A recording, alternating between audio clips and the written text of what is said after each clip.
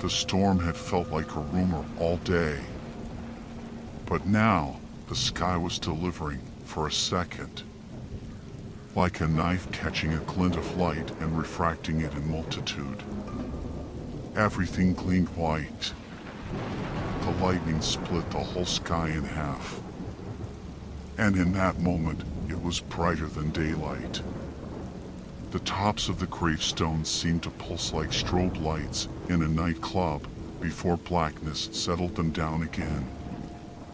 She was kneeling in front of her sister's grave. She came here often, after all. That's what a mourning sister did, but she felt better coming at night. Shrouded in darkness, she could be herself.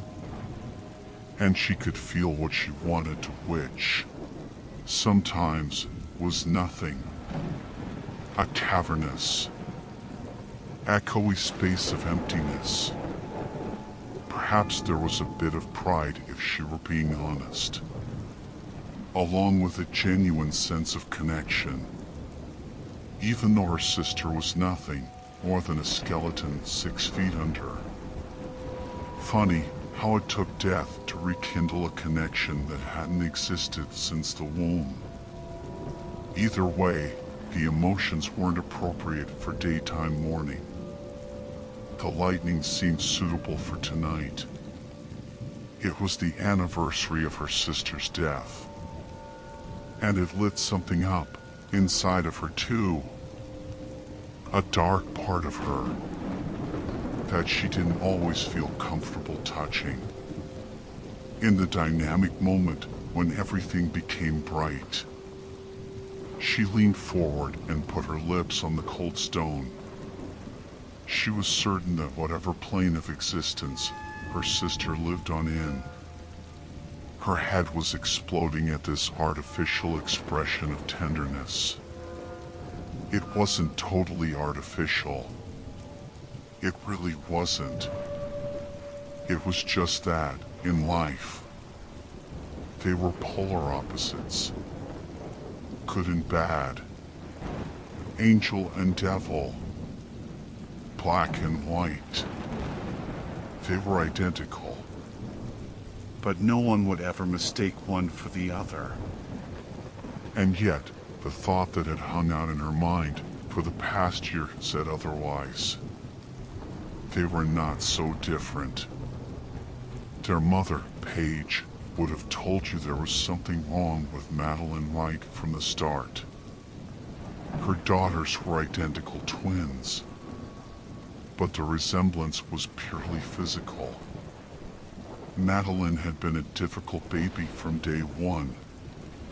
She was one who cried non-stop, who refused to nurse. When Paige would finally get her settled and carefully place her down, she rarely got as far as the nursery door before Madeline's blood-curdling cries began again, often waking Erica as well. Paige would want to sob on the floor. She was so absolutely depleted. Madeline was an infant who made Paige understand why shaken baby syndrome was a thing. As a toddler, Paige would tell you that Madeline fine-tuned her mean streak. Paige could not take her eyes off her for even a second. For fear she would push Erica down the stairs, or pinch her so hard a purple welt would instantly appear. Erica, by contrast, was sweet as pie, and Paige thanked God every day for that. She didn't think she could have handled 2 demon babies, which is how she thought of Madeline. At night, she begged God to forgive her. What kind of mother hated her child? Oh, she loved her. She loved them both. But she detested Madeline.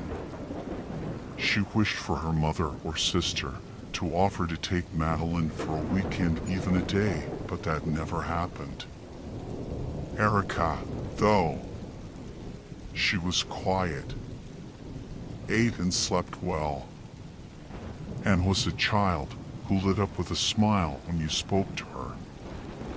Unlike her sister, who was more liable to kick you in the shin, the demon grin on her face.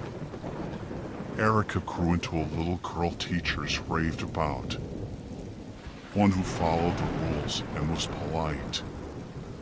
Paige knew you were not supposed to have favorites, but she didn't see how that was possible. When she asked God to forgive her, she also prayed that Madeline would outgrow her wickedness. That never happened either.